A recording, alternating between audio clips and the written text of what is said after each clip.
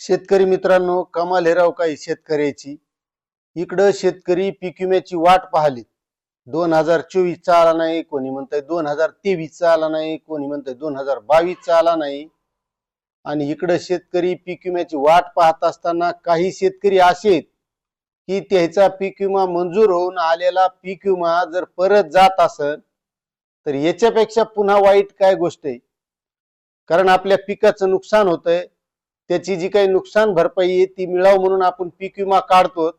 पीक विमा मंजूर होतून तो परत जाऊस तर जर शेतकरी शांत बसत असतील तर कमाल आहे त्या शेतकऱ्याची.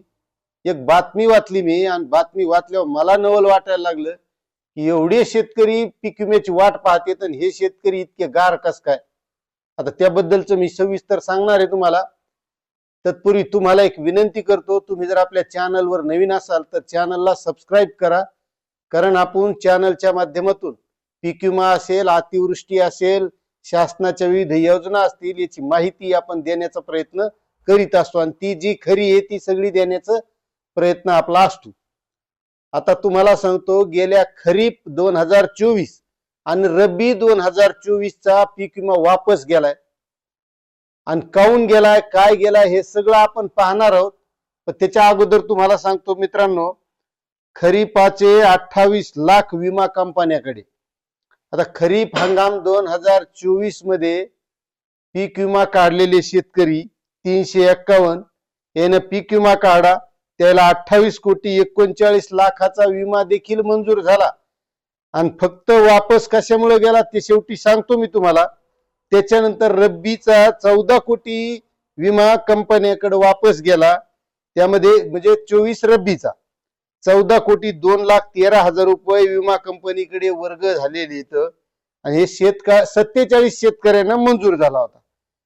आता हे वाटा पाहिले, त्या पीक विमा कंपनीकडे तक्रार करले, त्याच्याकडे झालेत, आम्ही कागदपत्र देऊ, 12 भानगडी करू, हे करू ते करू. मात्र पीक विमा कंपनी आता काय लवकर देईन, असाच देत नाही. मग तुमचा मंजूर झालेला बी कसा देईल. आणि ही गोष्ट आहे नाशिक जिल्ह्यातील शेतकऱ्यांची. आता महत्वाचं कारण हे पीक विमा वापस जायचं कारण काय. आता आणखी बऱ्याच शेतकऱ्यांनी फार्मर डिजिटल आयडी काढलेले नाहीत. लय मोठ्या शेतकऱ्याचे अतिवृष्टी अनुदान, रब्बी अनुदान फक्त त्या फार्मर डिजिटल आयडी मुळे मिळालेलं नाही. आता त्याच्यानंतर काहीला केवायसीचं कारण सांगण्यात आलं, पण काहीला केवायसी करूनही मिळालेलं नाही.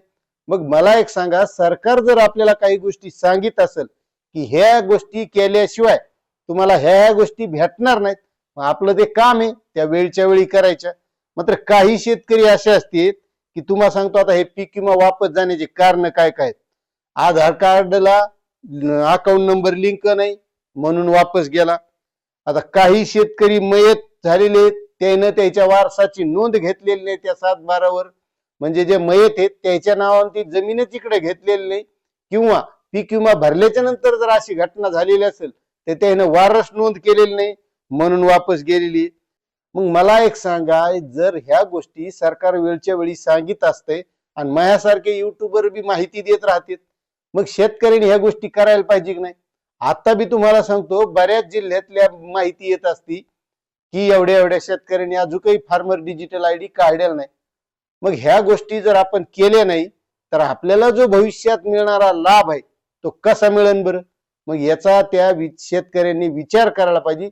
त्यामुळे तुम्हालाही सांगतो, तुम्ही जर पीक तुमचा फार्मर डिजिटल आयडी काढलेला नसेल तर लवकरात लवकर काढून घ्या.